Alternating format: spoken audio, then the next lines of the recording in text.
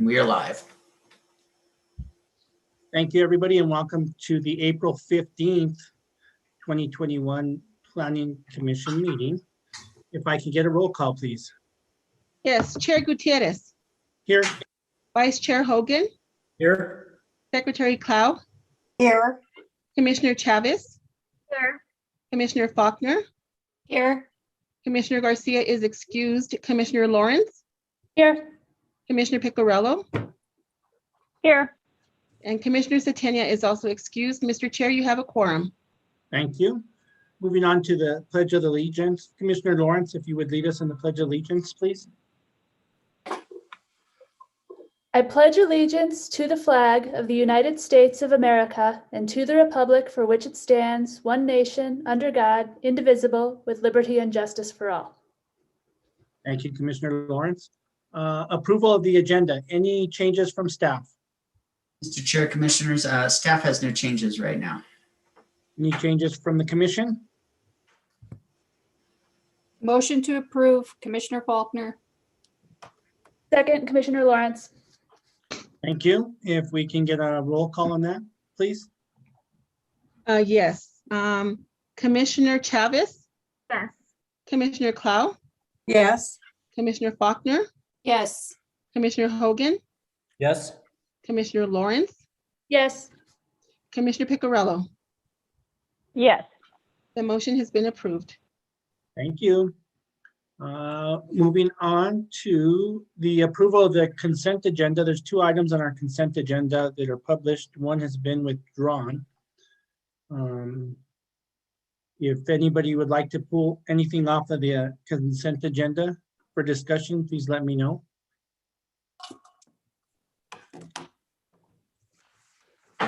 Commissioner Okay. Faulkner, motion to approve. Thank you. Can I get a second? Commissioner Hogan will second. Thank you. We have a motion and a second. If we can have a roll call for the consent agenda, please. Yes, Commissioner Chavez, Yes. Commissioner Clow, Yes. Commissioner Faulkner, Yes. Commissioner Hogan, Yes. Commissioner Lawrence, Yes. Commissioner Picarello. Yes. The motion has been approved. Thank you. Minutes and findings, we have none.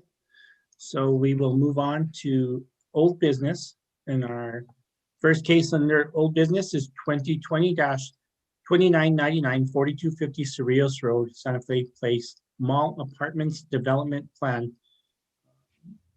Mr. Esquivel. Thank you, Chair. Let's see if I can.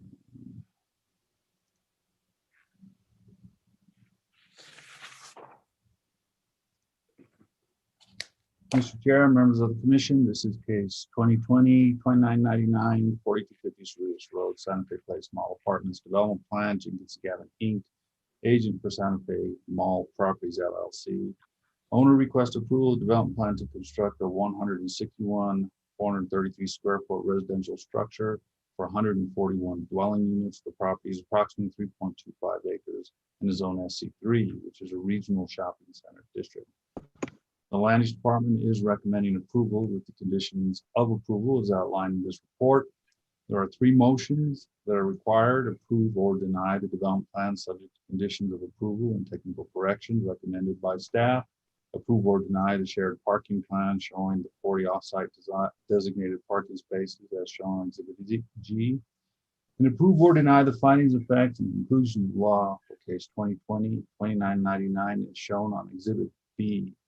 I might add the applicant has agreed to all conditions, including the parking and the sidewalk issues that occurred on the previous case when this was originally heard. With that, I'll stand for any questions. Thank you, Mr. Esquivel. And if you'll put that back up when it was time for a motion, appreciate that. Ms. Jenkins, welcome. Thank you, Chair Gutierrez. Good evening. I will go ahead and swear you in. Do you swear under the penalty of perjury that the testimony you're about to give is the truth, the whole truth, and nothing but the truth? I do. Thank you. Please state your name and address for the record. My name is Jennifer Jenkins. My address is 130 Grant Avenue, Suite 101, Santa Fe. Thank you. Great. Thank you, Chair Gutierrez, Commissioners. I am here this evening on behalf of Santa Fe Mall Property Owner LLC and request for development plan approval for the Escarpa apartment community. As Dan mentioned, we are in agreement with all conditions, which includes the addition of new sidewalks on the north and south side of the apartment building, as well as designating reserved parking proximate to the building for the balance of the parking needs for residents. I am happy to, I do have the presentation or I can pull up any specific imagery that is desirable. That would be up to you. So just let me know what you would like to see. Thank you. Commissioners, this is your chance. Do you want to see the presentation? Are you comfortable what was presented prior and what's in our packet? Secretary Cloud, go ahead. I would like to see the drawings on the sidewalks and also to see where the 40 designated new parking places are. Thank you, Commissioner Clow. I'd be happy to do that. Bear with me 1 second and I will pull those up and then I will share my screen.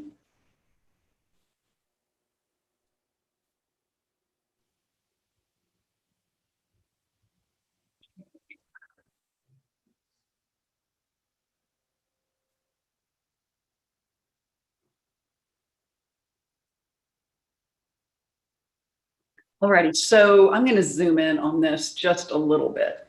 So this is, let me just move everybody over here. So this is the apartment building there. This is the mall building here on the top of the page. And so we had originally had the sidewalks that go here and create access, a pedestrian connection to the mall itself. And then we had the sidewalks that run down the east side. And then we have continued the sidewalk along the south. And then we also have a sidewalk in this landscape buffer along the north. And this sidewalk improvements connect via, we'll have ADA ramps here and striped crosswalks that will connect to the existing sidewalk on the backside of this row of parking. And then let me get to the drawing about. So the way the staff condition reads, or it was in discussion with Dan, talks about that the reserved parking needs to be proximate to the building. And so we've identified the areas in which the parking will be reserved. We are in the process right now, which we've been in this process for quite a few weeks of negotiating with our adjacent tenants. And it might be possible that we may have, 20 parking spaces designated here, and there is access to the building right here. And we may have 20 parking spaces designated over here, for example, or there might be a row in here. But I think that what we're trying to convey with this is that this is the area that we assure you the parking will be designated and it will be designated prior to recording the development plan. We just, like I said, we're just in the process of working through some of these discussions with the tenant to identify the most optimal locations, but it'll be easily accessible to residents as far as the building entries go. Thank you. Other commissioners?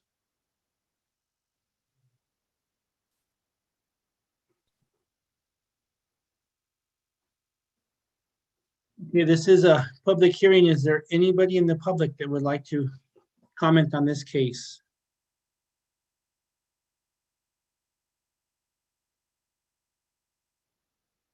I see none. Noah, you see none? Chair, I do not see anybody with their hand raised.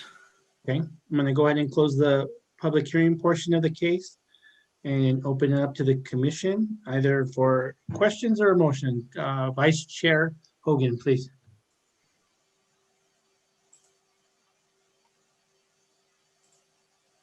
Oh, you're muted.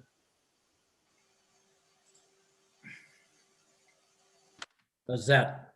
Perfect. Thank you, Mr. Chairman. I was just saying, I'm glad to see this back with some agreement on some of the conditions that we didn't have last time. I want to just make sure that I'm understanding correctly on the sidewalk on the north side of the building. That sidewalk is outside the perimeter fence of the development. Am I understanding that right? Thank you, Chair, Vice Chair Hogan, Commissioners, Chair Gutierrez. There actually is no fencing on the north side. So there's just a landscape buffer, and then there's a drive lane that serves as kind of the emergency access drive lane. So the only area that is fenced is that courtyard on the south side that's just a nice like private outdoor space for residents, but otherwise there's no fencing. Okay, thank you for that clarification. Will the landscape standards be applied to the additional parking places? One of the things just in general, I don't really know how it's codified, but the idea of the heat island between the building and the mall, I sort of feel like you could use all the trees you can get in that parking area. And I was wondering what your plans were for that. Yeah, absolutely, Vice Chair Hogan. So anywhere we are modifying, and let me just share my screen one more time, and then I can point to that, because that's actually a really good question. So let me pull this up here real quick and go back to this. So, whoops, wrong one. So in this area, because basically this drive lane this is all new. So this is all new. The drive lane is all new. So you can see we have new landscape islands that are being constructed along this area here. So all of our new improvements will comply. And one of the nice things is we had some parking right here, but we were asked to remove it just because it felt like there might be conflicts with access into the parking structure. So we end up with a really nice big landscaped island right here as well. Will you be adding any tree islands into the parking area north of the sort of perimeter road that you're putting in? Right here, all of these are new here. See? These are all brand new, but we won't be doing anything kind of in the center of the field, because that we're not modifying any of that area. And the nice thing is these are pretty short runs. The city code says, which I'm sure you're aware of, is that you have to have a planting island. You can't have any more than 20 cars in a row before you have a planting island. So what we're able to achieve here is we're actually bringing this field of parking into compliance. Okay, so it is within that 20 Mhm. car. Yeah, we don't have any rows that have more than 20 cars here. Okay.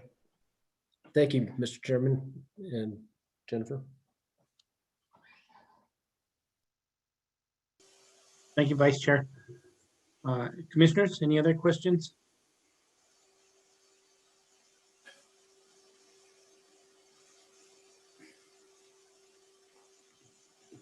Ms. Jenkins, besides the sidewalk and the other improvements with the parking, everything else has stayed the same? There was no other changes in the plan? Yes, that is correct, Chairman. No other changes. Okay. And the parking that once you decide where you're going to put it will be identified? Pole signs or something that it is for the project? Yes, Chairman and Commissioners, we will identify it on the development plan, and then there will be, we're looking at signage, or it might be, actual markings on the asphalt itself. We kind of need to work out some of those details in terms of what we think is the best approach, and we'll work closely with staff on that to make sure they're satisfied that we're appropriately meeting that condition. Thank you. If there's no more questions from commissioners, I'll take a motion.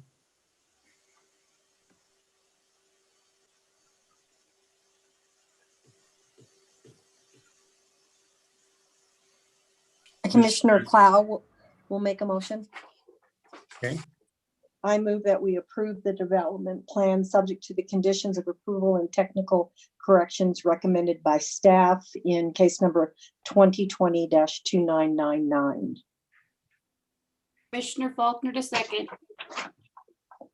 Thank you.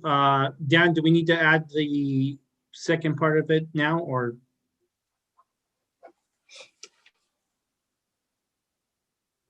Mr. Chair, I think we can handle that administratively. Okay, so just findings of fact after this? Yes, sir. We have a motion in a second. If we can have a roll call, please.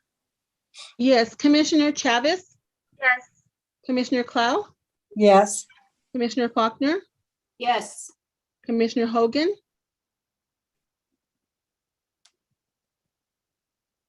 Yes. Commissioner Lawrence, Yes. Commissioner Picarello. Yes. The motion has been approved. Thank you. Thank you, Ms. Jenkins. Great. Thank you all so much. Appreciate it. We still need to do the findings of fact. Chair, I don't believe there's any in the packet, but what we will do is make the easy adjustments to the previous version, demonstrating that the applicant has now agreed to comply with all conditions and that the development plan is approved. So we'll have to bring them next time. Perfect. Thank you. So moving on to new business, we have staff communications, and we're going to have an informal presentation from William Snyder, and we'll start there on current and future water needs. Thank you. There are findings in the packet. Okay, my apologies. Are they? They're dated, they say the hearings well, it says hearing on April 1. Are they the original set before all the extra information was added about the additional conditions discussed at the hearing? We can. Well, I think the original set had that. It says, I think, subject to all conditions. Why don't we just wait till next meeting for those to make sure Okay, we have that's the right fine. ones in there. That's fine.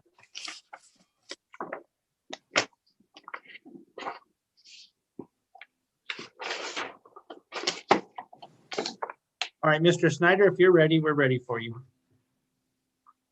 Okay, thank you, Chair and Commissioners. So Noah had invited me to, as well as Alan and Patricia, who are also on, to provide the Commission an overview of our water planning and water management strategies. And so we have put together a presentation. Feel free to interject at any time.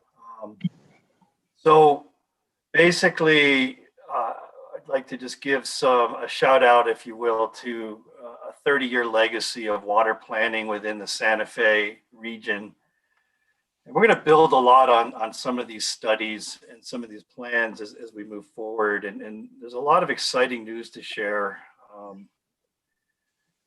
One thing that sort of came out of at the end in December 2019, the City Council and the governing body approved a resolution 201956 that basically directed staff to update and complete both new 40 and 80-year water plans. And so this year we kicked off that effort with year one.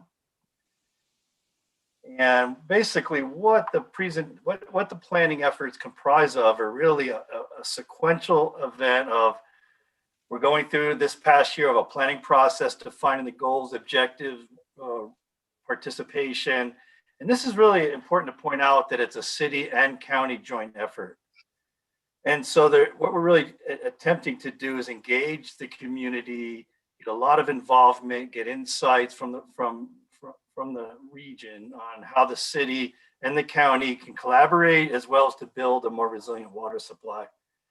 So year 21 now that we're in, we're focusing on the supply and demand portion of the modeling and analysis. And really what this ultimately is doing is projecting out what our demands will look like with various stages of population growth, as well as looking at what effects we might have on our supply due to climate change, drought, fire, etc. And so the main theme of the planning effort really is to basically circumvent impending shortages that are anticipated to occur based on the climate models and some of the other data that we have available, and to develop what's called adaptation strategies, basically methods to build a more resilient water supply so that the city's never in a situation where we basically are falling short, which historically has happened on occasion. So I wanted to bring to the commission's attention that on April 29th, we'll be hosting 2 seminars, What's Up with Water. And so here's the link. I will share this with the chair and the commission. And we invite you to participate. We certainly could use any expertise you can lend on our planning efforts. One of the challenges that we've always had is gaining a broad, diverse panel and participation amongst our 82,000 plus citizens. So what we're going to hit on in this What's Up with Water is the annual operating plan, the Rio Grande outlook, which affects obviously the city and the county with the Buckman direct diversion. We're going to hit on some of the water resources planning efforts that are underway. We have received a grant from the Bureau of Reclamation to update our basin study to look at climate effects and develop a new modeling tool to help us with our forecasting. And we're going to look obviously at the drought, which as I think probably everyone on the phone on this call know, the forecast for 2021 are looking fairly dire throughout the basin. So with that said, I thought I would just give a 30-second overview. I call it the helicopter view. If we're sort of flying at 10,000 feet above Santa Fe, where do the city's sources of water supply? And to the right of my screen, we see this basically blue haze, and that represents the upper Santa Fe River, which has historically been the primary source of water supply for the city.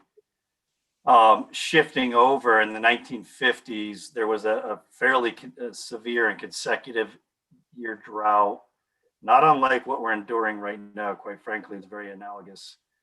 And so in the 1950s, there was a series of water supply wells installed along the Santa Fe River to tap into groundwater resources. What ended up happening, and this is sort of in the spirit of planning and sustainability, is in the 1970s, again, demand was outstripping supply. And this blue line represents sort of the watershed boundary, if you will. Is at the time the water purveyor, PNM, had to push out into basically the Buckman well field and install a series of wells and effectively import groundwater, if you will, into the city to meet demand. And so this sort of sets the stage as we move into the future on trying to have a more sustainable and reliable water system.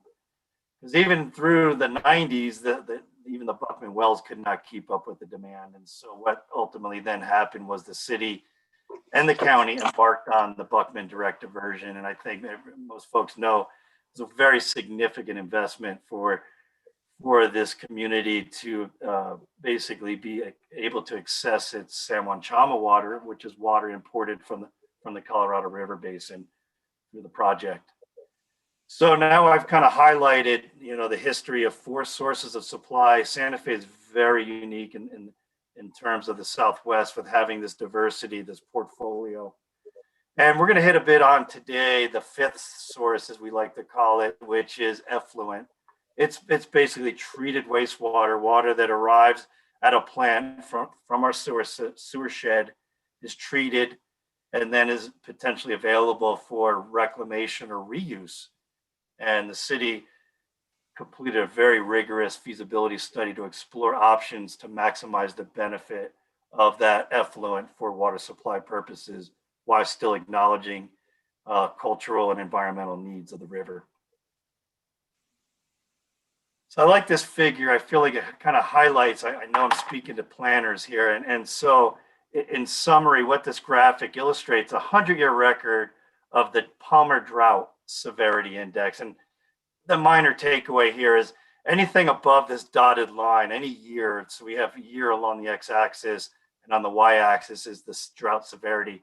Any positive number effectively is not in drought. And then when we get into the negatives, we're effectively in drought and the severity increases logarithmically down that scale. And so here's the takeaway, and I think most planners will jump right to this. is historically we have not done sort of a very effective planning with respect to being proactive. So in the 30s, during times of drought, we expanded the reservoirs on the Santa Fe River. As I'd mentioned, in the severe drought of the 1950s, we, under emergency authorization, put in water supply wells in the city well field. And that same history repeated itself with the Buckman wells. And then unfortunately with the Buckman direct diversion, again, you know, the point being is planning, proper planning along with engineering design. And now a new twist is the detailed need of permitting requires a lot of effort, time, and money, quite frankly, to properly design projects. So the question we have to ask ourselves is, where do we go from here?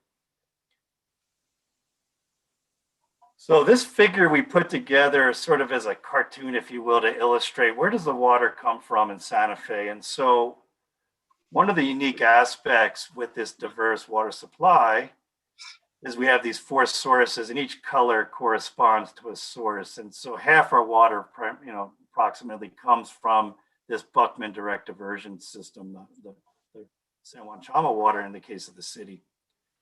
And this light blue represents surface water from the upper Santa Fe River. So what is unique now is that the city has sort of transitioned to this more renewable surface water supply sources, and then we use our groundwater less frequently, and we've been reserving this for times of drought, which in this year, that source of water will be very valuable to meet the needs of the city. So one of the unique aspects, again, of managing such a diverse portfolio now is trying to maintain sustainability. So one of maybe many folks here know Jesse Roach, our new water division director.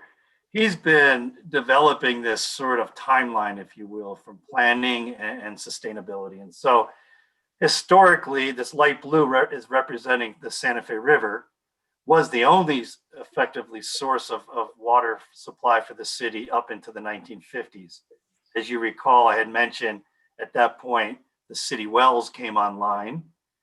And then through the 50s, basically in 60s and into the 70s, the city well field became more and more of a predominant need. I mean, it just basically was required to meet demand. And then basically we were tapped out and it was getting dire. And so then there was this shift, and now we have this orange, and that represents this Buckman groundwater, which is imported. And so again, in terms of sustainability, there's a lot of energy demand to move that water into the city. And of course, we run into challenges of mining groundwater storage. So let me just highlight a couple of quick things from a planning perspective. So one is the exponential demand growth curve, right? So basically this dashed line represents, you know, demand was just growing significantly. And we peaked out, and this is one of the good news here, is in the 1995 at about 13,200 acre feet of water demand. And so, but the takeaway, as you could see in the orange and yellow, is more than half the demand was being met by groundwater supplies, and the rates of pumping were not sustainable. We were having issues with water quality, with subsidence of the aquifer. Certainly, it was a situation that had to be rectified. So let's go to Act 2. And I like how Jesse sort of plays this out, is the fact that in the late 90s, you know, the city and county developed this joint venture, the Buckman direct diversion, came together, designed, built this over $300 million system, and brought this San Juan Chama water in line. And so if you see my screen here, one of the key points as this was ongoing was through planning and through efforts of conservation was the demand was driven down from that peak in 1995 down to where we are now, which is roughly a little less than 9,000 acre feet. So we from 13,000 to 9, that's, you know, it's almost a 30% reduction through conservation and other measures. That's an enormous success. And of course, then the question is asked, can that be maintained? And then, or where do you sort of run out of options in terms of reducing demand through conservation alone. And these are things that, you know, the city has expertise in. Our group led by Christine Chavez is just doing an incredible amount of work on sustaining this conservation plan. And then in 2011, and this is kind of a key, the city now through the BDD has access to San Juan Chama water. And that's water, we have a contract with the federal government, and it's a key piece because I think most folks read the newspapers know that situations with the drought on the Colorado are no better than where they are on the Rio Grande. And so there's a lot of challenges in terms of how to best manage this resource. It's obviously very finite. And so the city is working towards a more resilient water supply, focusing on renewable surface water, reserving groundwater for times of drought. But then as we proceed to the future, 10, 20, 40 years down the road, this is work that we're doing in cooperation with the Bureau of Reclamation at looking at the state-of-the-art climate models. We are doing cutting-edge work here in Santa Fe to look at the variability and projected diminishment, if you will, of water supply on our rivers, on the sources, both in the San Juan Chama and on the Rio Grande and on the Santa Fe River. What does it look like? And at the same time, we're also looking at the variability with demand. You know, how far can we reduce demand through conservation? What does population growth look like moving forward? You know, there's a lot of uncertainty. And so we're looking at various statistical methods to help sort of address this unknown. So if you recall the graphic I showed a little bit earlier, we call these Sankey maps, is this color coding of the various sources. In this case, the 4 sources represented by these 4 colors. So what's unique to Santa Fe in some respects is that we have a fairly low rate of consumption, meaning water lost. So for the past 8 years, we've averaged for production about 8,600 acre feet of demand. But something important to note for this group, I think in particular, relative to conservation and resiliency of our system, is we lose about 35% of our production to outdoor watering, leaks, what have you. It's water that's basically, you know, used once and then lost to the system. But as you spin it to the other way of thinking, 65% of that water, so in this case, on average, 5,600 acre feet, make it back through the sewer shed to the Paseo Real Water Reclamation Facility. And through the basin study, through the feasibility study, one of the sort of unique attributes that the city has is the ability to put this water that's as effluent through several different ways to basically reclaim it and reutilize it for water supply. And maybe many folks have seen in the presentations that have been given on sort of the upsides and downsides of that approach. Where the city water division has landed as the highest rated way to maximize the benefit of that effluent is to construct a pipeline that would take the San Juan Chama water that arrives at Paseo Real, so basically the green is representative of that source of supply, and bring it back to the Buckman direct diversion for the purpose of reclaiming it through return flow credits. So what does that look like? So currently, you know, and we're thinking sustainability is the city has water in reserve at Abiquiu Reservoir. We call for it. It comes down the Rio Chama, down the Rio Grande, and we divert it. And at this point, we only get one bite at the apple, if you will. We bring it into the city, we utilize it, it runs to the sewers, goes to the Paseo Real, and as far as water supply goes, it's lost to the system. It's discharged mostly to the Santa Fe River. Some of it's used for turf irrigation in the parks, but the takeaway is we're only getting one sort of use of that water. The other alternative way that's being considered and evaluated is the idea through this pipeline, as I'd mentioned, is we would get credit for the San Juan Chama water that's returned to the Rio Grande so that we can divert a like amount. And what that effectively does is allow us to call for less water in times when we don't have high demand. But what it achieves is the ability to fully utilize and fully consume our San Juan Chama water so that we can reserve the native water for all the purposes that are essential to maintain quality of life in the city of Santa Fe. So, revisioning sort of the water supply and demand relative to growth and development, as far as we plan ahead, is trying to maximize the assets that the city already owns and retains. And that is not just infrastructure, but also water rights.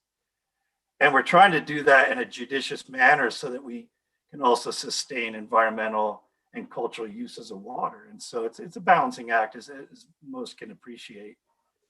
But one of the key points that Alan and Patricia are going to touch on, we're going to transition now thinking in terms of planning and development, is the role of conservation, of the water bank and the water rights acquisitions needed to sustain essentially this growth. So I think at this stage, maybe the way we had planned to do this was I will stop sharing and allow for Alan to share his screen and walk through the water bank. And again, Chair and Commission, I can take questions now, or I could just wait to the end, whatever works best for the group. Thank you. Thank you. Why don't we do all the questions at the end? If Alan wants to start sharing.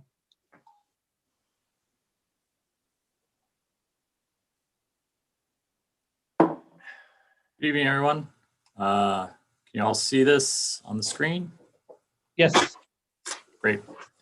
So my name is Alan Hook. I'm also with the Water Resources and Conservation section of City of Santa Fe Water, and I've got with me today Patricio Pacheco. So we're just going to cover the water bank and basically how land use interacts with water utility and vice versa on development and needs for the expansion of demand capacity. So function of the water bank, it's basically to ensure enough water rights, primarily offsets to our groundwater pumping that Bill had mentioned before. And demand capacity exists for increased water use, specifically tied to new construction. And this is done by requiring New Mexico Office of State Engineer recognized water rights. And then also either through the purchasing of conservation credits. So this is basically demand capacity from our conservation's office rebate program. Or there's a kind of a third option, which is the old toilet retrofit program. So there were credits established then. And we still accept certified toilet retrofit credits for that.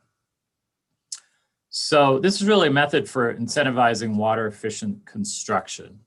And the compliance part is basically to get a building permit based on that ordinance 2016.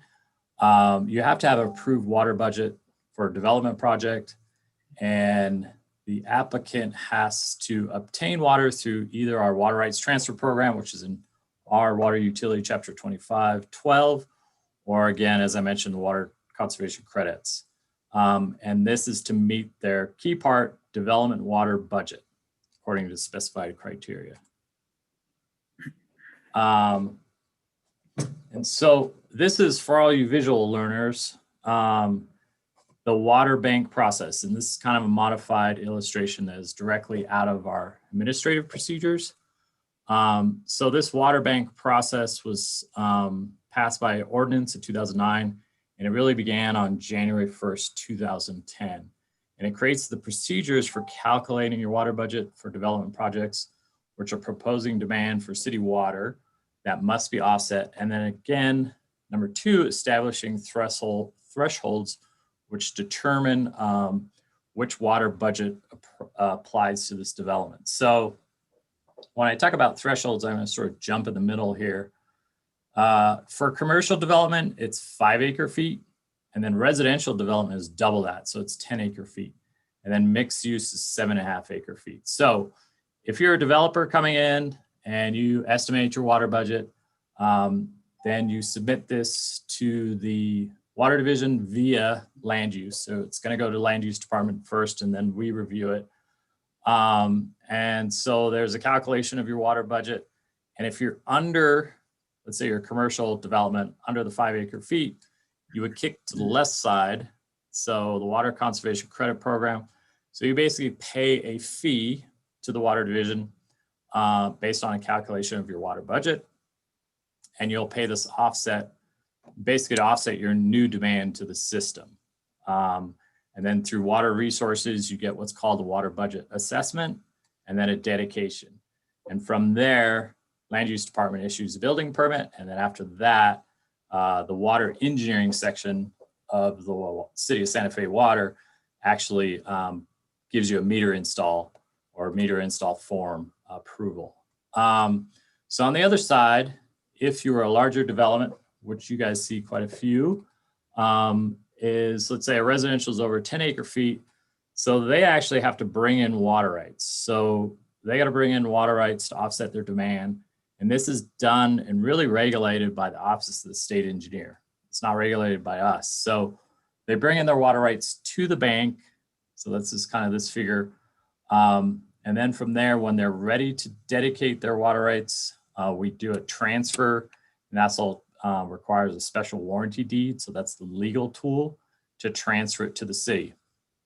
Once those transfers have been approved through the state engineer, then we okay with a dedication certificate for that project, their water rights equivalent to their demand capacity, and then engineering moves forward with the water meter installs.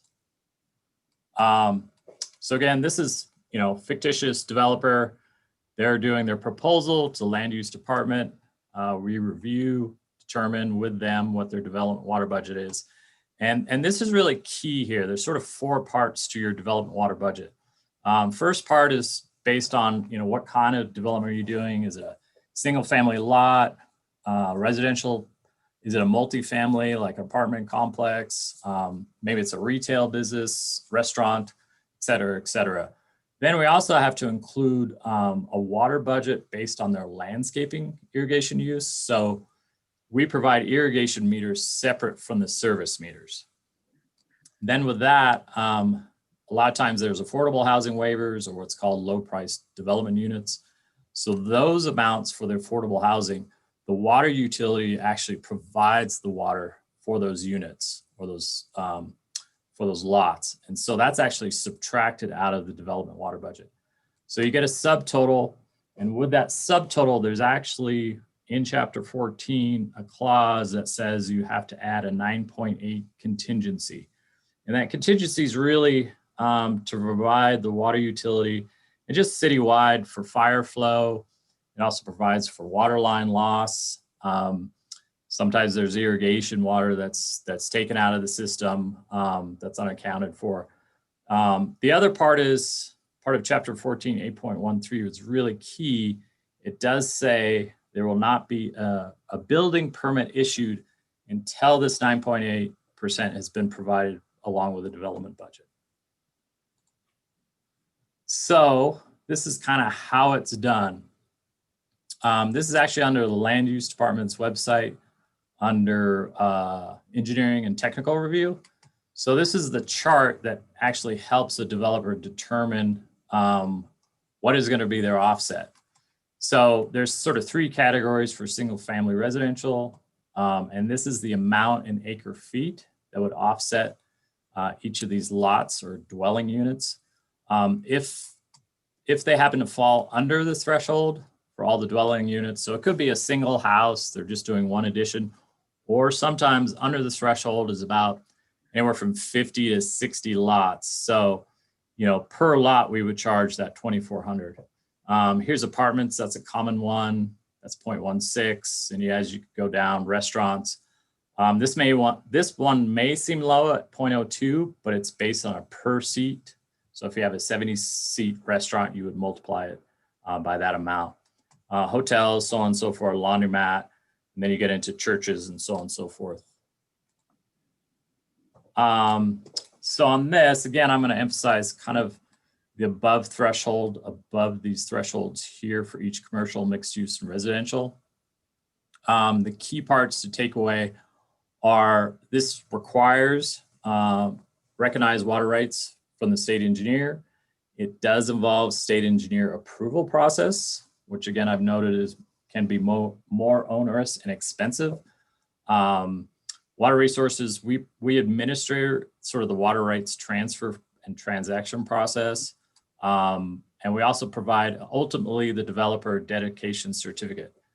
So these water rights are really transferred into our Buckman well field. They don't go to our reservoirs. They don't go to the city well field. They don't go to the BDD diversion.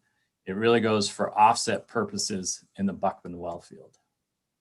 So with that, I'm going to turn it over to Patricio to sort of discuss. He handles a lot of the below threshold transactions. So they're on below the threshold transactions there. Those are below the water budget threshold. Again, they're able to pay city dedicated conserved water, which is water from our rebate program or the old toilet retrofit program.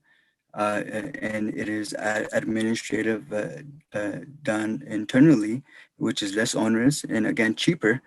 And the water division engineers provide the ACD, which is the acknowledgement to construct and dedicate, or the AMS, which is acknowledgement for meter service to the developers. And all the water offsets from the water bank must be paid prior to the approval in the construction of the building permit and the water meter install forms there. Great, thanks for that. So I'm going to hit on, again, the water, sort of how the workflow process works on bringing in the water rights. So the developer gets, again, their water budget. We review, approve it. So larger developments specifically have to bring, again, those state water rights or state recognized water rights. And this could be acquired from what we call the Middle Rio Grande area. And so we provide the certificate with a OSC approved water right transfer. Again, that also includes the legal special warranty deed. And then the building permit is issued once the water budget has been paid for with the transfer of these water rights through the bank. And that's where they get the approval from permitting. So key here, they have to be pre-1907. That's when the Territorial Engineers Office was created. They are older, non-Pueblo surface water rights from the area between Cochiti Dam all the way down to Elephant Butte Reservoir along the Rio Grande. Again, these require transfers with the New Mexico Office of the State Engineer approving them. Again, they can be very time consuming, potentially up to years. Subject to delays, so different entities or parties can actually protest transfers. So Middle Rio Grande Conservancy District, some of their parcientes may decide to leave their fields fallow and they want to sell their water rights to the city of Santa Fe. While the other group or the entity could actually protest this. Sometimes Pueblos protest or other municipalities like Albuquerque, Bernalillo Water District, maybe Rio Rancho. So again, the water bank itself and the whole concept's been around since 2010. The interesting thing about it, there are some older water rights that are in our bank. And because housing sort of, hadn't picked up for quite a while after the Great Recession, this water bank created a speculative market for future development for water rights that are already transferred into the water bank. So those are still privately owned water rights that are in a bank. So those entities could actually, if they weren't going to develop or build out, they could actually sell them off to somebody else who right now wants to build something. Patricio, you want to hit on the under threshold sort of workflow process? Sure. So again, the developers would propose their water budget, and the water staff would either approve it, and then the small water budgets can then purchase water directly from the water bank. Go ahead, Alan. There you go. Then, as they purchase that water from the water bank, we again issue an assessment. The developer pays the water budget dedication form, and then we issue the building permit. Once that building permit has been paid, water budget has been paid, we create a water utility account for them. Again, so that could go from anything from a small home, from a toilet to even a small division up to 50 homes. So the below the thresholds can again pay to dedicate banked water or dedicate either the water rights or old toilet retrofit credits. And the cost of that is $16.6 per acre foot.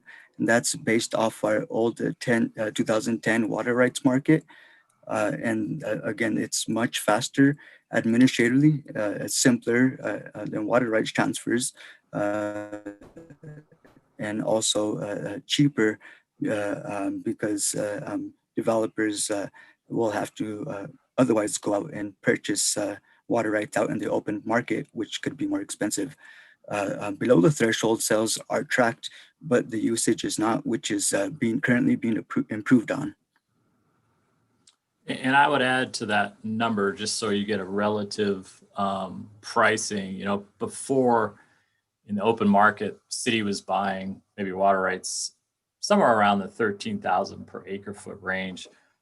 Developers are now telling me, you know, within the water bank, and I know it's value added because those water rights have already been brought into the bank, but they're going for 23,000 up to sometimes 30,000 now, as development has really increased. So water bank trends. So something that's really interesting, and this really reflects on what Patricio just talked about. This is the under threshold sort of categories. So the blue bar graphs are conservation credits acquired. So again, that's the conservation program, how much water we're saving throughout the system. This is going back through 2015 through 2020. So last year on the horizontal axis.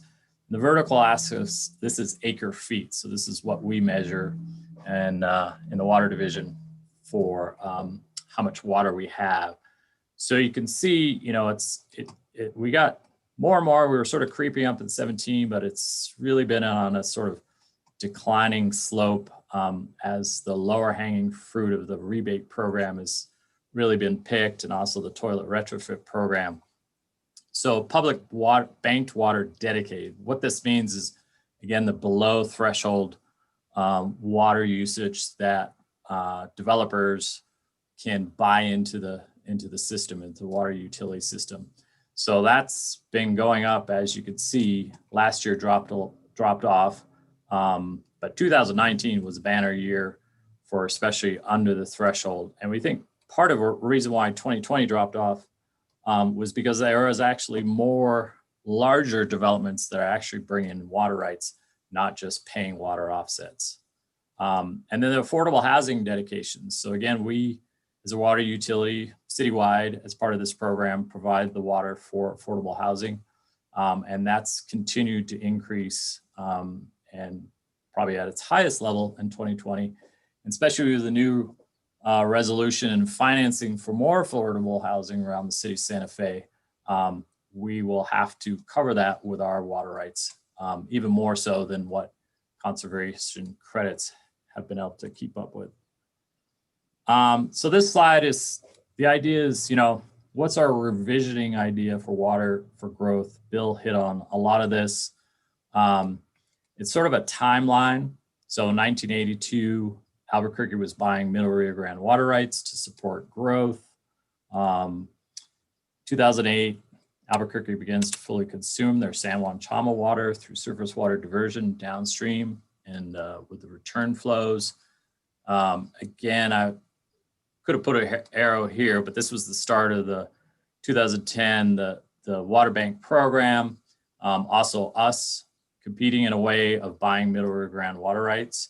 So by 2016, a few years ago, Albuquerque, Bernalillo Water Utility Authority sort of got out of buying water rights in the market. And so they're basically utilizing the supplies that they have now and feel that they could do efficiently.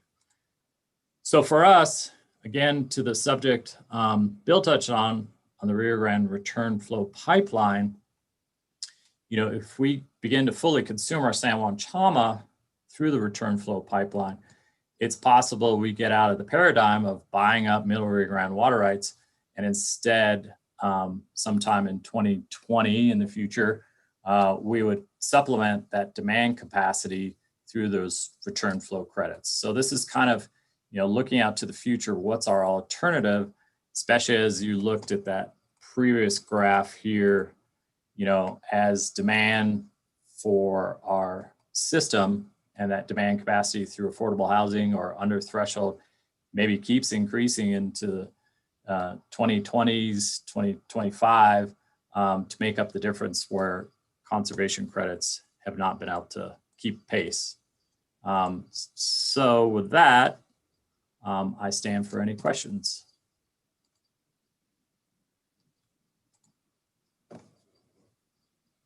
Thank you. Very, very interesting presentation by all of you guys.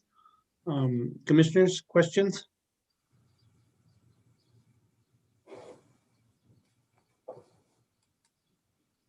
Vice Chair Hogan. Thank you, Mr. Chairman. I didn't hear the Amet settlement discussed at all in terms of water distribution in the Upper Valley. Can you touch base on that a little bit? Yeah, I certainly can, Vice Chair Hogan. So the Amet is basically a county-driven water system that's going to supply water to residents in the Nambe Poake Tesuque system. So it's outside our network of pipes and pumps, etc. With that said, one of the ideas and concepts that'll probably be brought forth in that Santa Fe 2100 water planning process is the idea, could we link the Amet system with, say, the Buckman Direct Diversion to bring more resiliency to Santa Fe? But again, I have to defer to the county given it's their project. So none of that Amet water then is currently coming from Buckman or That's BD? correct. It's a separate water system and it's also a separate water right. So it has no bearing on the city's portfolio of water supply. What source does that supply? Just out of curiosity. It's a combination. The county acquired water rights north of Taos that they transferred into this Amet's the Poake Regional Water System. So it's native Rio Grande water, primarily for the county. And then the Bureau of Reclamation acquired through very creative processes, water supply to meet the needs of the Pueblos through some San Juan Chama water. So it's a combination of imported and native water.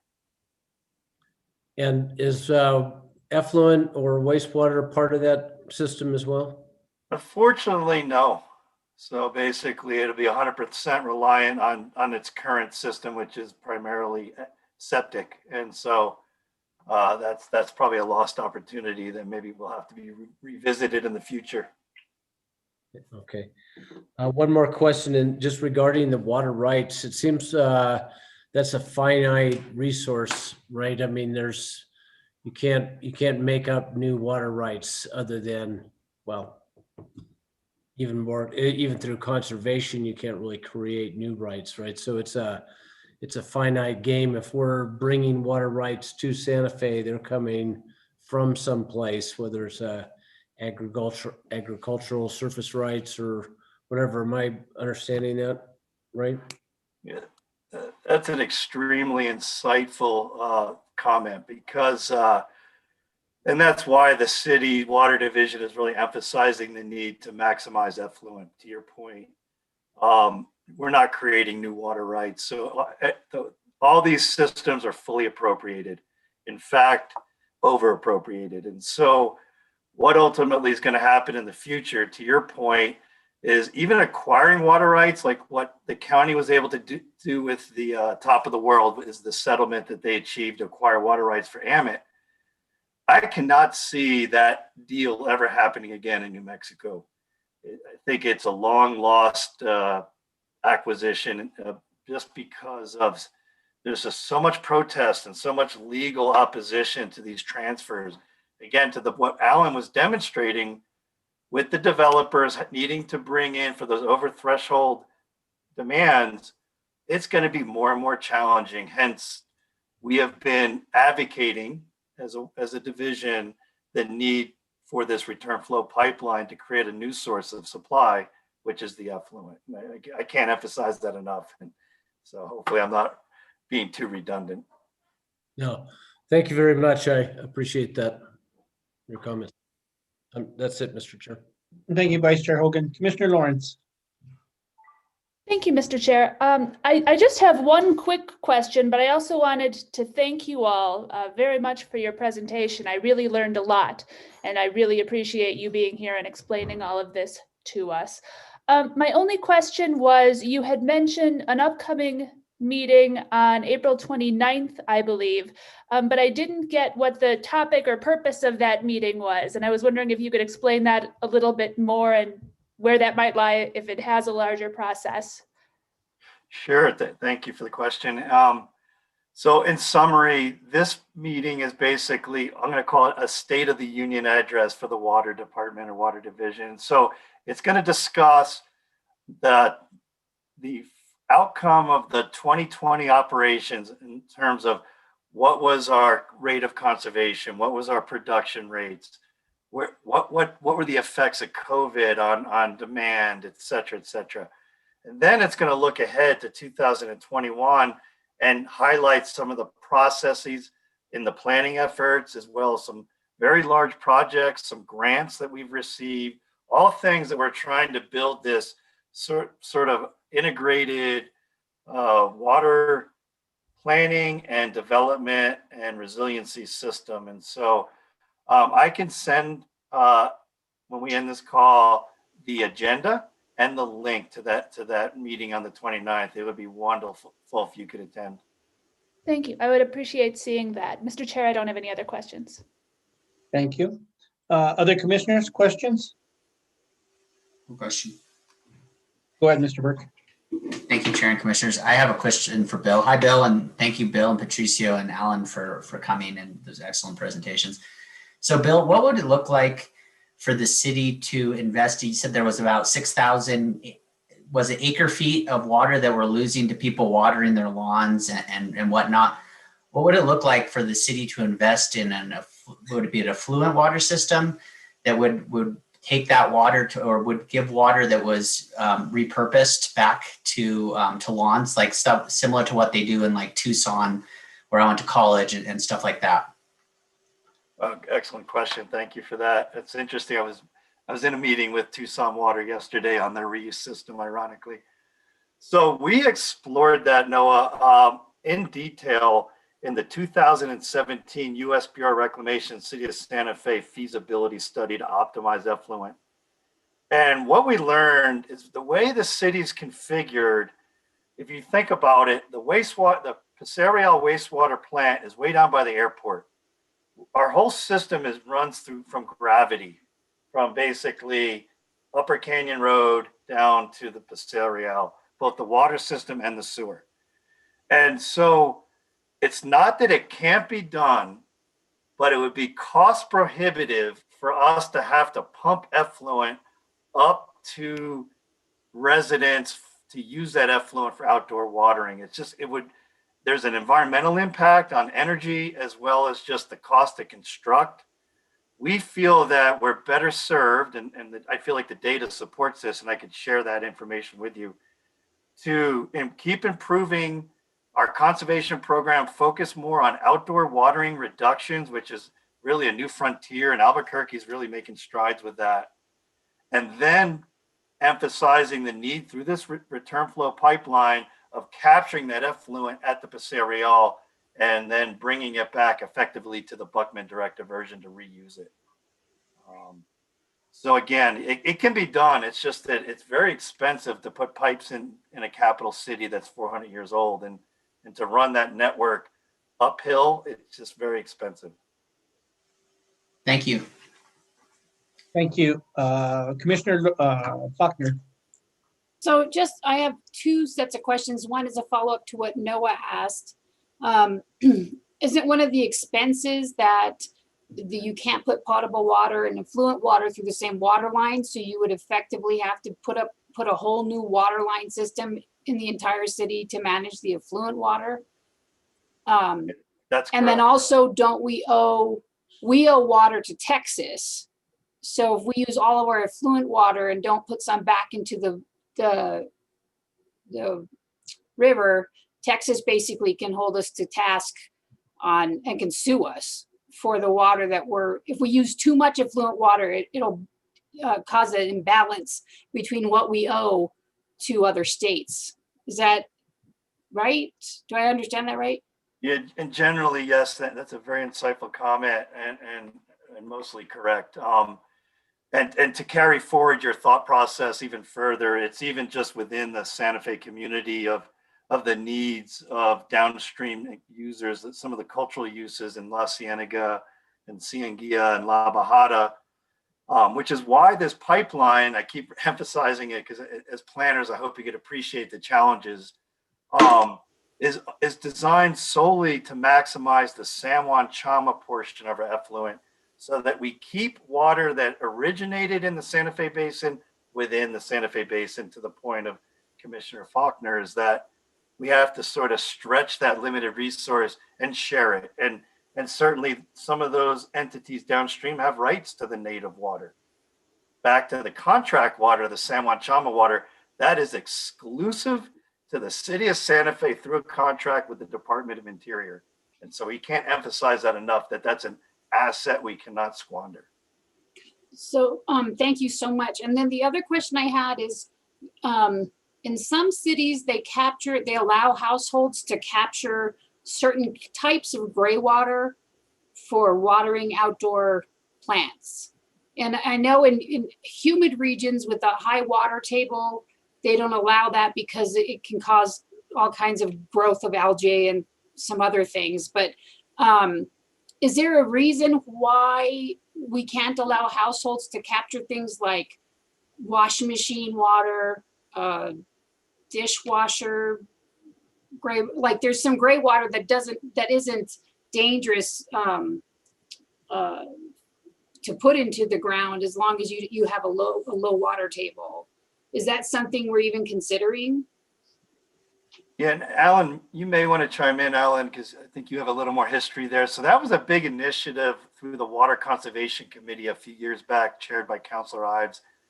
And absolutely, it was something that is under consideration, is being adopted. I think, again, it's economies of scale. I don't mean to focus so much on money as much as those types of systems are very expensive to put in retroactively. I think as we think ahead to the future with development and sustainable development, that some of these catchment systems you described certainly should be integrated into future developments.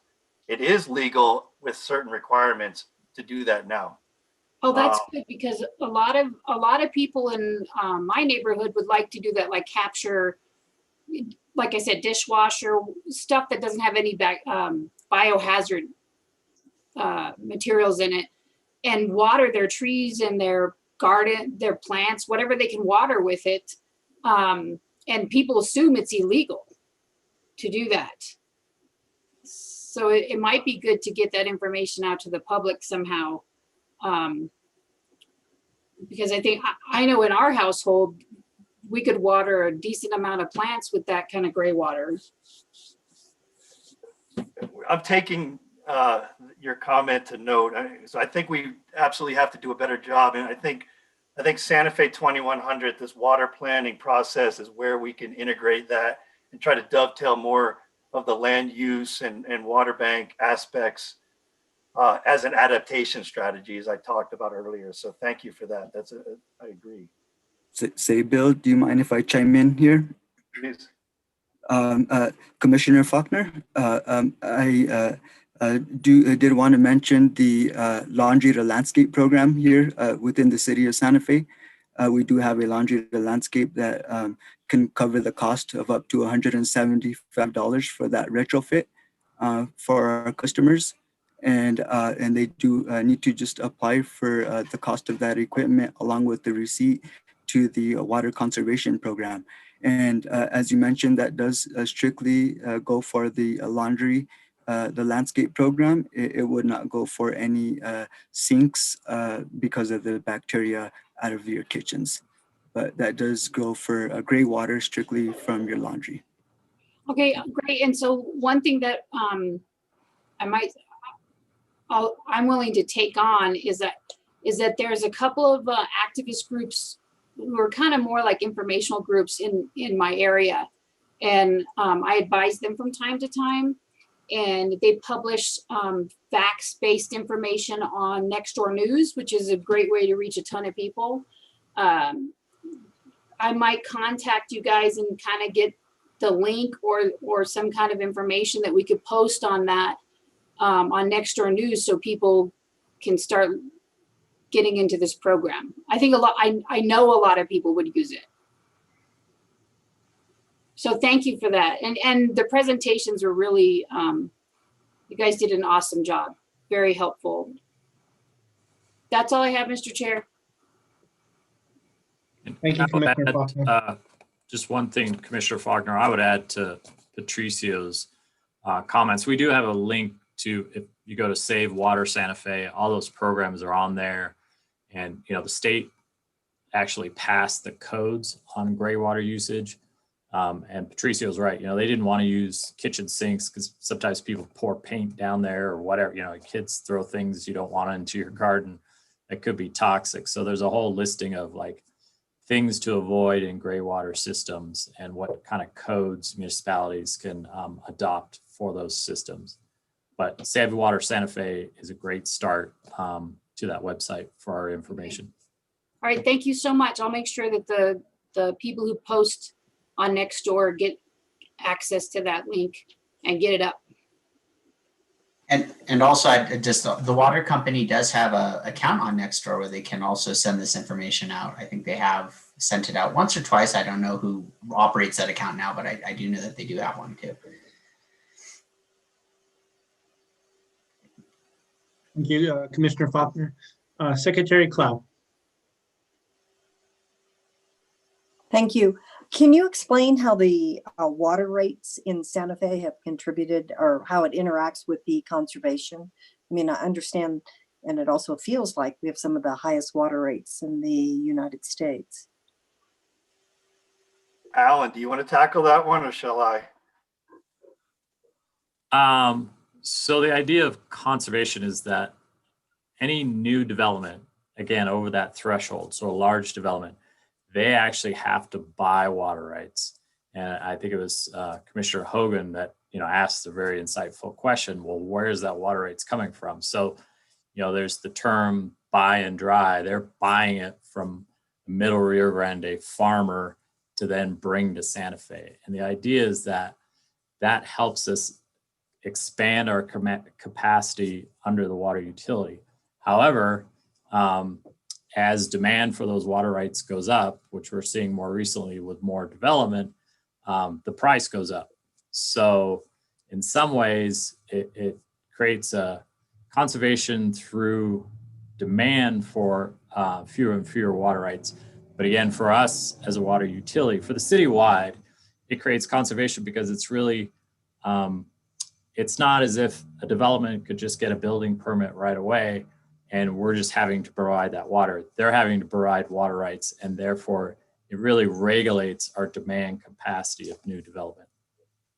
But what I'm talking about are the rates that we as users pay for water. Oh, you're talking about the water rates related? Yeah, the rates, yes, for us. So there's a little bit of a disconnect there on water rates per se related to our purchase price, like for us to go out and buy water rights. I do feel there's a little disconnect, but our water rate structure is really built on a two-tier system. If you go over 7,000 gallons per month, during the winter, you pay a higher price. So that creates conservation just by a price disincentive. And then it's over 10,000 during the summer months. And if you go over that 10,000, you actually have to pay, it's almost like 3 times the amount. It goes from $606 to about $24 per 1,000 gallons. So that really incentivizes people to save water. And again, you know, the rebate programs through the Water Conservation Office have been a great incentive.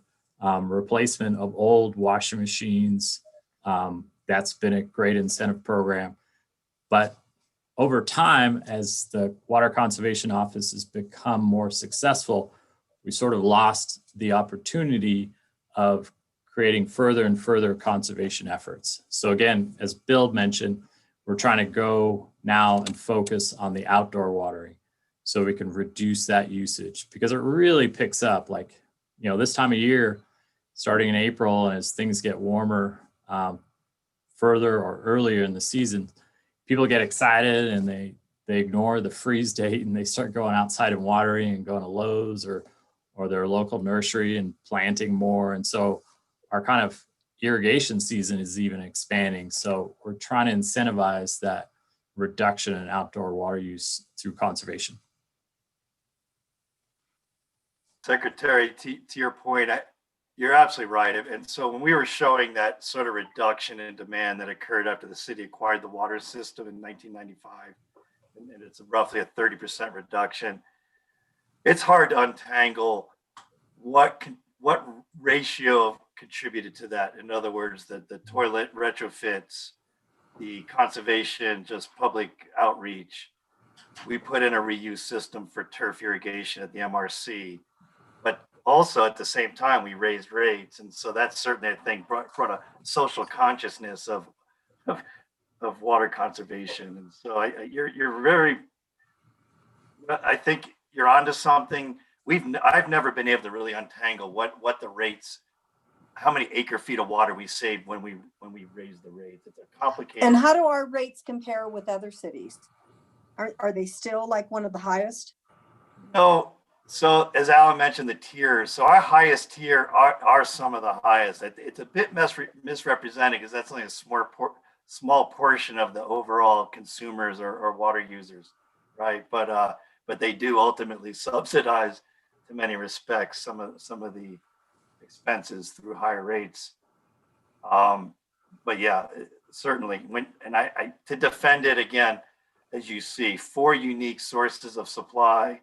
The city and county funded the BDD entirely themselves with very minimal federal funding, and we maintain 200-year-old dams. So it's a very expensive system to maintain.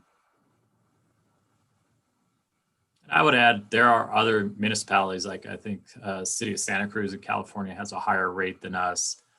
For a while, we were quite high, probably one of the highest in New Mexico, but across the West, we're not one of the highest.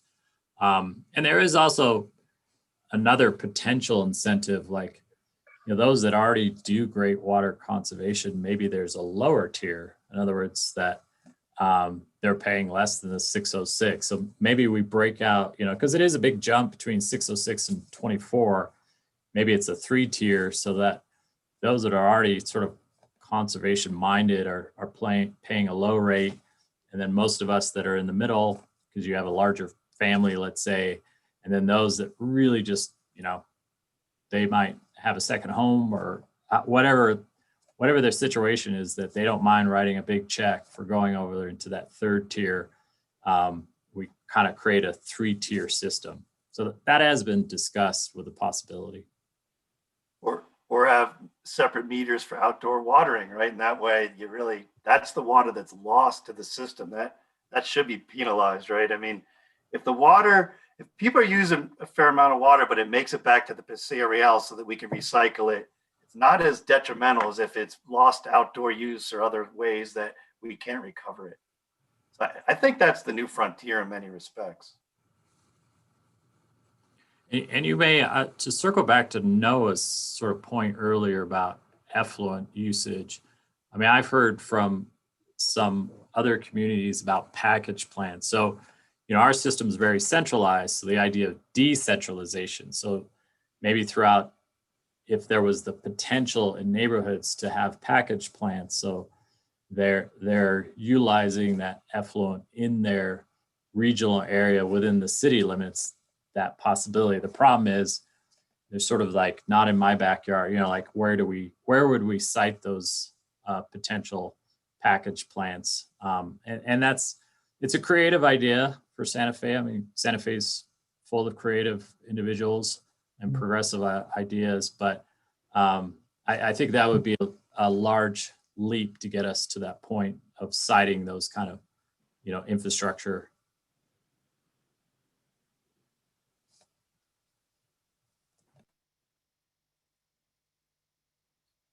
You done, Secretary Clough? Thank you. Commissioner Picarello.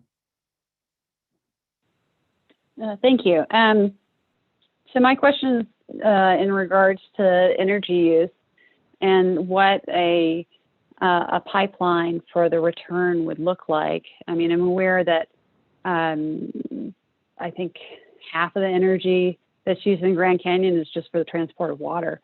So is that a higher energy use on the way back, or? Thank you. That's a great question too. So the way the pipeline will be configured, it's only a 700-foot lift to take it from the Paseo Real past the MRC, and then it's going to go down the old Buckman Road through a gravity line. And we plan in the engineering design to ask the bidders to incorporate turbines to see if we can capture that energy back as it rolls down the pipe to the Rio Grande. And then we'll do a cost benefit analysis to make sure it, you know, has merit, which I think it absolutely will. Bringing the water back from the Rio Grande, that is certainly something that will have an energy component. And we've been working, as you probably are aware, we have a solar array at one of the booster stations. We're looking at adding another one. There's a likelihood that at some point in the near future, you know, we may be totally on renewables on the Buckman direct diversion system. That's certainly, I think, an honorable goal that could be met. Okay, and then I've got another question for you about parks and kind of the inefficiency. There's a lot of inefficiencies in the irrigation systems. And when I was in school in Albuquerque, I remember the parks down there were having a lot of issues with their sprinklers. Like, you know, they just get not calibrated. And so they're spraying off into the street and stuff. And so they're trying to pull them into the, like 5 feet or so was kind of the big effort. Otherwise they would get fined. What is our system for our parks like in that regard? Is there an effort going on with that? Yeah, thank you for that, because that is sort of one of my ambitions is to dial that in better. So Santa Fe is unique. I think the number is we have 84 parks. We have a lot of smaller community parks, all on their own unique, separate irrigation systems managed by the Parks Department. Thankfully, the Marty Sanchez, the MRC, Swan Park are using effluent now, so that's good news.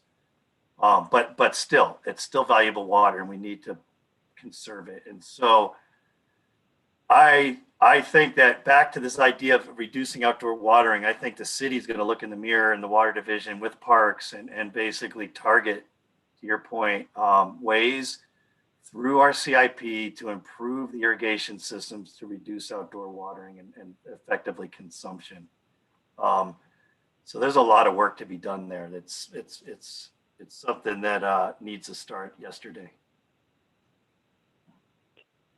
And then I've got another question regarding energy use and elevation gain.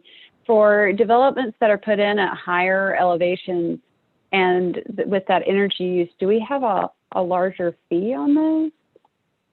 Currently, no. Okay.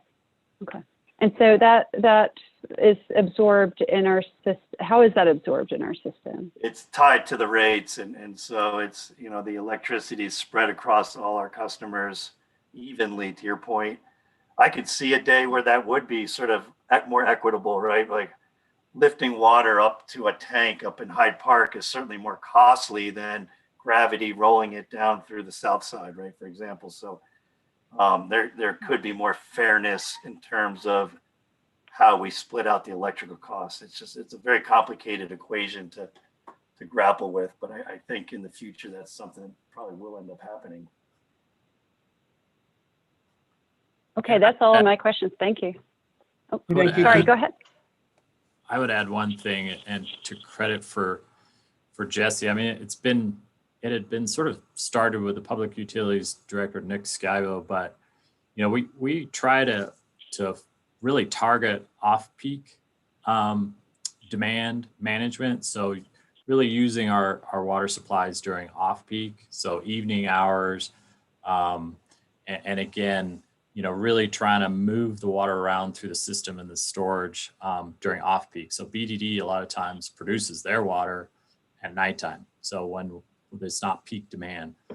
So we really do a lot of, you know, focus, and Jesse has really honed in on that with our new asset management plan, really trying to save money and dollars and efficiencies by doing off-peak production. And it's not perfect because there are times when there's seasonal, you know, demands, or there's peak day efficiencies that need to be addressed. But overall, we're doing a pretty good job, I think, on off-peak usage and production.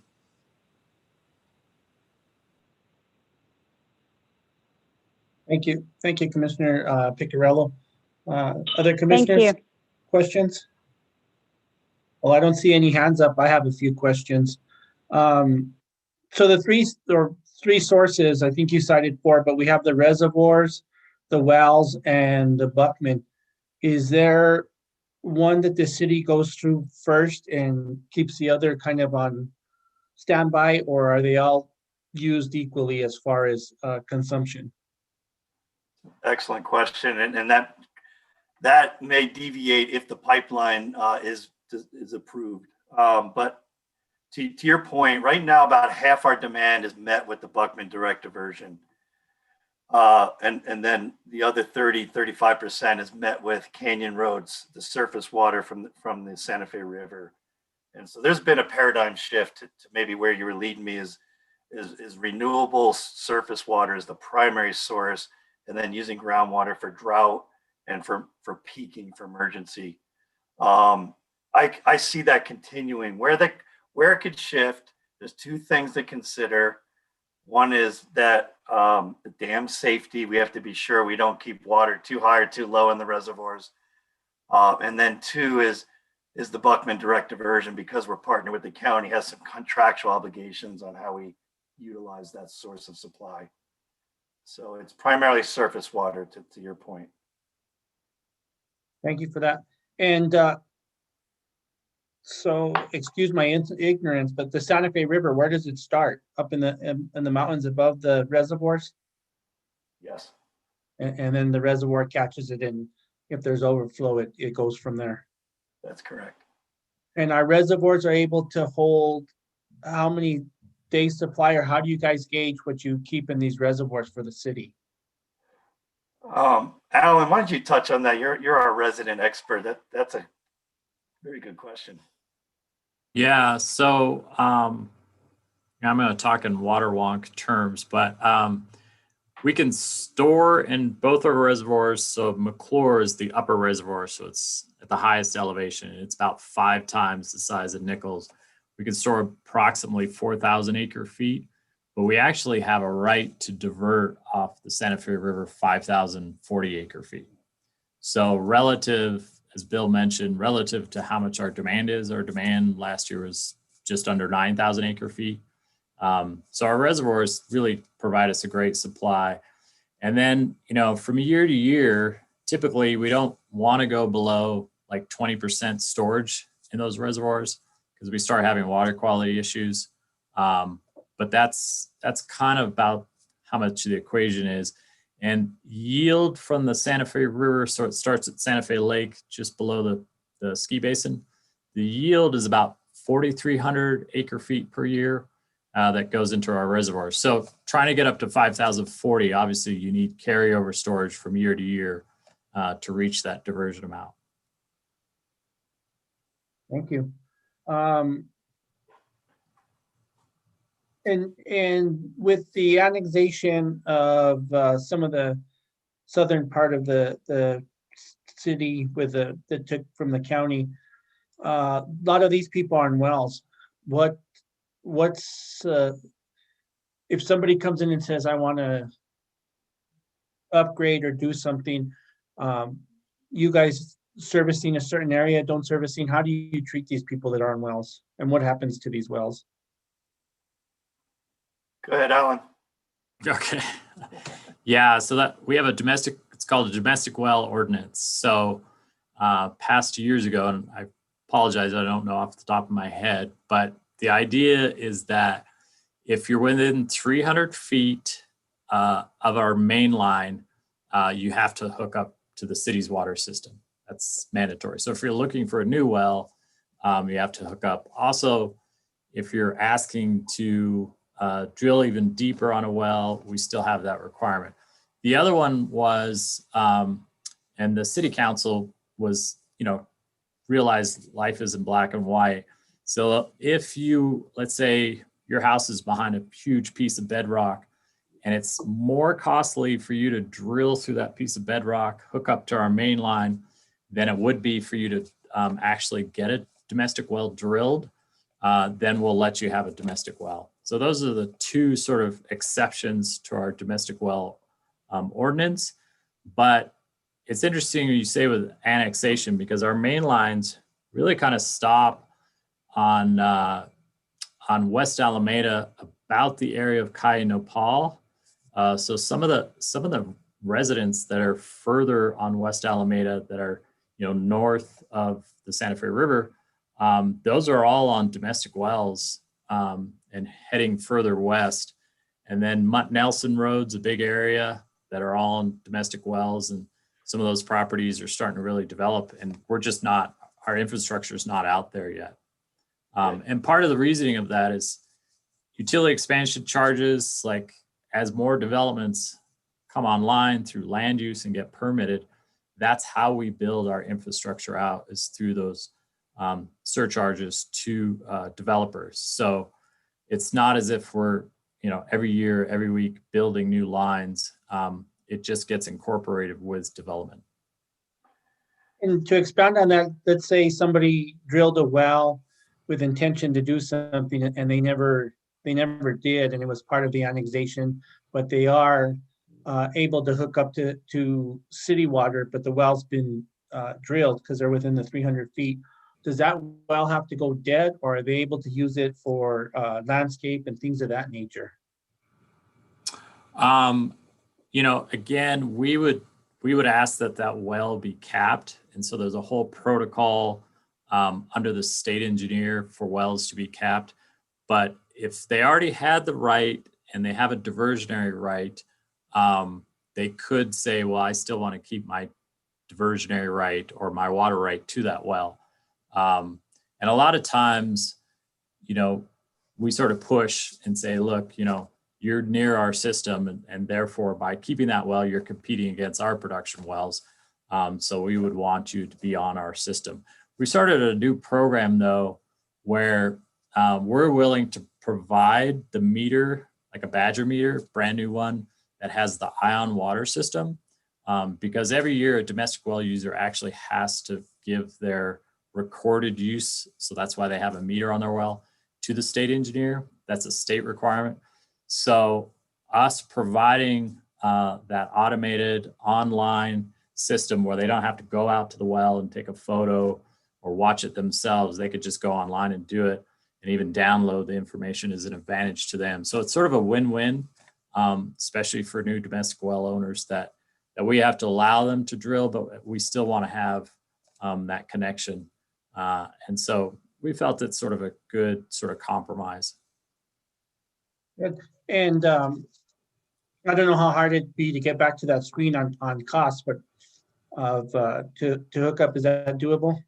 Not to hook up, but if you had a screen that showed set out costs for this type of business, other types of business. Oh yeah, sure. Let me try to get you back there.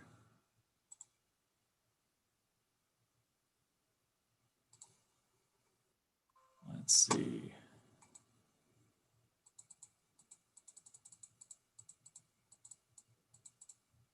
There it is. There it is. Talking So, about this chart. yeah, that chart exactly. So for example, a laundromat, the fee is $12,500 per machine plus 3/4 acre foot. And that 3/4 acre foot is what? Times machine also, or no? No, that 0.78 would be calculated times 16,600. So that's Oh, the cost. 12,480 cost. Yeah. Per I got machine. you. So we don't see a whole lot of like laundromats coming into the city, I guess, that I can remember. I think everything's kind of been older, but I just wanted to look at this chart a little and see. So a restaurant that serves 70 people, you say you take the 0.02 times 70 and then times 320, and that tells you what they would pay for a restaurant that size. Yes. Yep. I got you. And I don't see on this chart, but my question is, let's say you get that like a laundromat, like Luna Laundry, where they recycle. How do you guys compensate for any of these businesses coming into the city that are doing recycling, whether they're a laundromat, a car wash, or anybody else that puts in a system for recycling? Yeah, and I'll let Patricia probably address this one because we've had a new car wash that's asked for a building permit on this, and they have a recycling system. But we do also, like if there's one of the things to recognize, especially for commercial application purposes, if there was already an existing business there before, let's say it was a restaurant and the restaurant closed down, and now you're going to replace that with another retail business, maybe clothing sales, you can actually use the previous 2 years of water usage as your budget and then see where your future water use would fall in there. So you could, in a way, we're not asking you to add in addition to that previous usage. You could actually be under what that previous business was utilizing. So, if there was a laundromat and they were replacing a restaurant, they're not going to have to start from ground zero. They could actually use a discount of that previous restaurant's usage from the first 2 years. But yeah, I don't know, Patricio, you want to address kind of water budgets and that, new car wash as an example of conservation measures? Sure. So we do have what's called a custom retrofit for any of the entities, commercial entities out there that are able to save up to a quarter acre foot of water. So for that foot of water saved, they can get back up to $25,000 back for that quarter acre water saved. That's based off that program there for a custom retrofit for any either whether it's a car wash or apartment complex coming in, or maybe a new shopping center. If they're able to provide us that quarter acre foot saved, they're able to qualify for that program. Thank you for that. If you'll take us off a screen share, Alan, I'd appreciate that. Nope. Yeah, no problem. Has there been anybody else that's been doing recycling that has come through your office besides car wash or laundry systems? Apartment complexes, anything that you So, may see? we do allow what's called an alternative water budget, so that a number of developments have shown their, away from the chart, that they've shown that their water usage is going to be more efficient. So in other words, they're putting low flow toilets or low flow shower heads.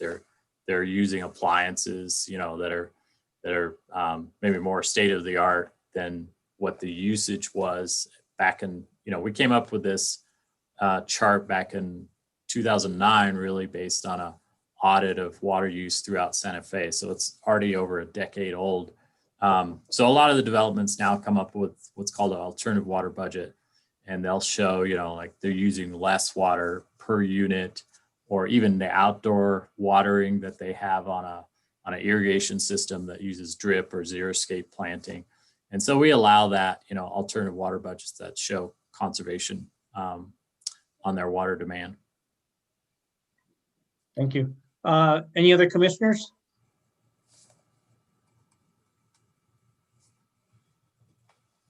Well, Bill, Alan, and Patricio, thank you very much. We appreciate it. It was really an informative presentation. I appreciate your little sketches that you put in there. And I learned a lot tonight. I don't think we've really ever talked too much about water. We've seen stuff, but I don't think we've ever really talked about it. So I appreciate you guys taking your time to come and join us this evening. Thank you. Thank you for having us. Thank you, Chair. Thank you, Commissioners. Thank you, Noah, for the invite as well. Thank you, guys. Okay, guys, let's see. I'm back on my agenda. Any other staff communications? Yes, Chair, thank you. I think myself and Eli both have stuff to bring to the attention of the commission. So this little thing right here is, it keeps disappearing. Okay, so that's an iPad, and this is what I'm going to be deploying to everybody on the commission. It's going to have a keyboard most likely. It'll be like one of these or a different keyboard. They're in the back of my car right now. I went and charged them all up today. And then found out that I need to have them taken down to IT because they each have this. When you have Apple computers, you have to have a username, and IT maintains our usernames and passwords.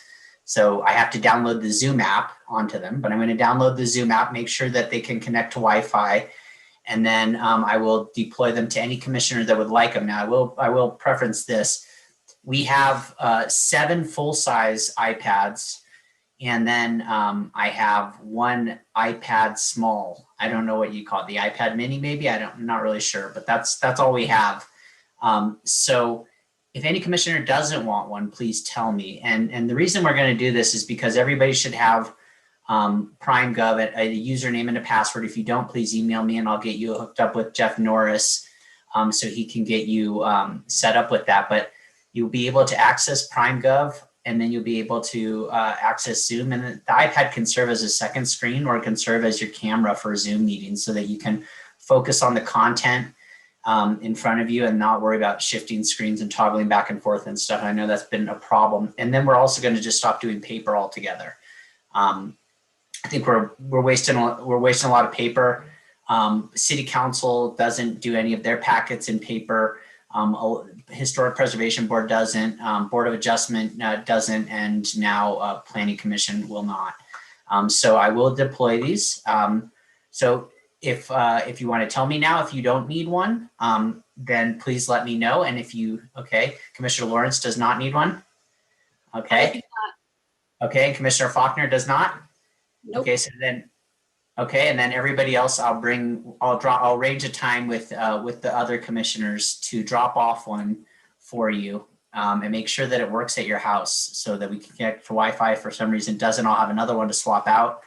And then the other information is that we will be having our meeting on May 6th. Right now we will have a car wash and a special use permit for the car wash and a development plan for the car wash, and that will be a recycled water car wash, just in case you're curious about that in the spirit of our conversation before. And then also we will have Casas de Todos final subdivision plat, which is right next to Aguafina, which I think most of the commission can remember. We just heard that at our last meeting. I anticipate there will be probably some of the same participants in that meeting. And some of the same conversations since they abut each other. But I just wanted to give everybody a heads up with that. So with that, I'll turn it over to Eli to give you some more updates from staff. Thank you, Noah. Commissioners, real quick, Mr. Isaacson. Commissioners, we've been waiting for these iPads since Director Martinez. So I don't know if I quite believe Noah, but he's put it out there in front of us. So let's see what happens. Go ahead, Director. Thank you, Chair Gutierrez, members of the commission. It's nice seeing everyone tonight. I just wanted to give a quick update. Some of you may know Land Use presented its FY22 budget to the Finance Committee on Tuesday of this week. What would that have been? The 13th. And I just wanted to give a quick update of what was, I believe, recommended for approval by the Finance Committee to the governing body, which will hear the final budget, I believe, on the evening of April 28th. So we are taking advantage of the Development Fees Act, which allows 3% of our impact fees to be used for administration of that program. So that 3% admin allowance will be put towards an FTE in NOAA's group at a planner position. So a lot of the work that's currently being done now by Carlos Gamora with CIAC, as well as tracking of data around development and growth in the city, will become the responsibility of this new planner position, which we hope to hire as close to the beginning of the fiscal year as possible.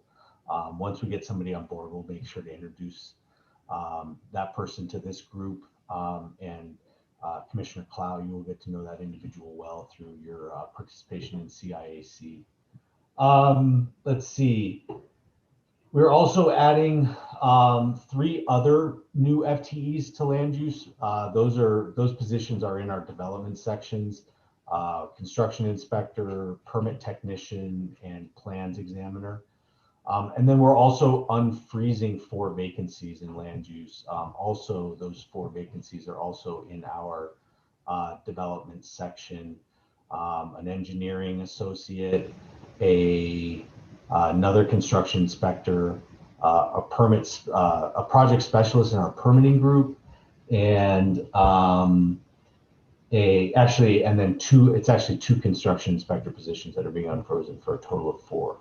So that's all very exciting. We're also received $64,000 to use for matching funds for certified local government historic preservation grants. We've received those grants the last 2 years, and we hope to continue to work with the State Historic Preservation Office to continue to fund historic preservation planning efforts in the city.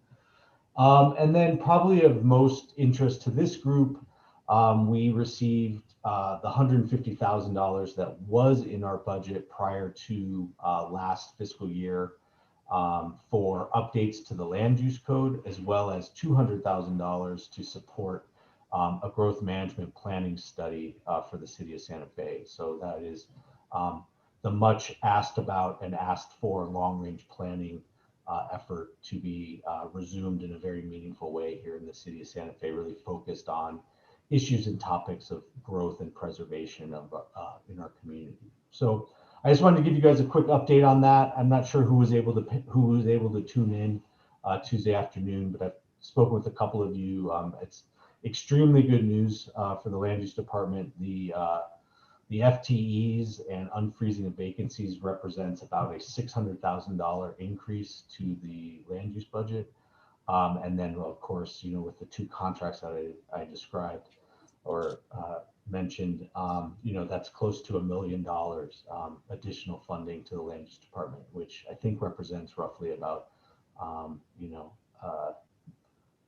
20% increase in our budget, which is meaningful. And that's on top of all these other, being restored in other areas as well, around things like training and travel and office supplies and all of our existing contracts for digital archiving and managing our STR program with host compliance. So very good news. I appreciate any work that you all did to talk to your elected officials and ask for support for the department, because I think we're all seeing the tremendous need for starting to think forward-thinking planning efforts in the city, but also I think everyone notices the tremendous amount of construction that's happening in the city right now, and that puts a tremendous amount of demand on staff in the department. So it's great that we're seeing additional support and capacity.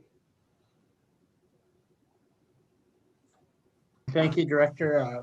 I was able to listen in, and I think you did a great job. I'm excited to see that you guys are getting some staffing back, don't have to bring your own pens or people, and don't have to bring your own pens to the office anymore. So Chair, one more thing I just wanted to mention that I just remembered, in case the commission was interested. Last week, the Zia Station case was heard by the city council. That was a grueling 2 nights of meetings, but we got through it at 1:15 in the morning on Friday. Is when we concluded that meeting. And for anybody who didn't get to tune in, they did pass the Zia Station. They passed both of the general plan amendments, the 3 rezonings, including the South Central Highway Corridor, and they approved the preliminary development plan. And it was actually, I think it was kind of a shock to staff. We all had mixed feelings going in. There was a lot of good public testimony. There was a lot of good testimony and questions from city staff and from the applicant and their team. And also, so in terms of next steps, I think some people might be curious about what would be happening next in a case like that was very complex and stuff. So they've completed the rezoning and then completed the general plan amendment. So now they have to go through and vacate or request to vacate Galisteo on the right of way. That will come before this body. It kind of has a weird process. It goes to our Public Works Committee and then it goes back. I think a resolution has to be passed and then it goes to Public Works and then comes back to Planning Commission for final decision. If in the case that was not approved, then they would have to come up with a new development plan because their development plan was contingent upon approval of that. It's a condition of approval. The other interesting thing that will be coming before the board is a final development plan. And in our processes, a final development plan does not require an ENN, just a public hearing, so long as it's consistent with the preliminary development plan. So it'll just come before this. So I anticipate that within the next 6 months, you'll probably see both of those requests come forward, if not sooner than that. I think the developer has indicated to the media they'd like to break ground by the end of this year. Very interesting things. There were some interesting conditions of approval that the city council tied into that, such as looking at arroyo stabilization for the 500-year storm event versus the 100-year storm event, and making those improvements. The other thing is we were able to get the DOT, their state engineer, traffic engineer, to participate in that meeting, as well as the person who is there in charge of the rails division, and that person participated. And out of that, a condition of approval came along that required them to get approval from the DOT for both the Hawk light that was for the pedestrian crossing, as well as approval from the DOT for any work in the right of way, which would have been required anyways, but the Hawk light is pretty far away. So they just have to make agreement. But I think the developer and the applicant are okay with all of those. So just want to update you. I know that was a really big case for everybody here, and we're not done yet, but we did go through the big part of it. So thank you. Thank you, Noah. Members from the commission. Commissioner Faulkner. Hold on, I gotta mute myself. I just wanted to update the commissioners who are not on the policy committee. We have locked a date for our first meeting.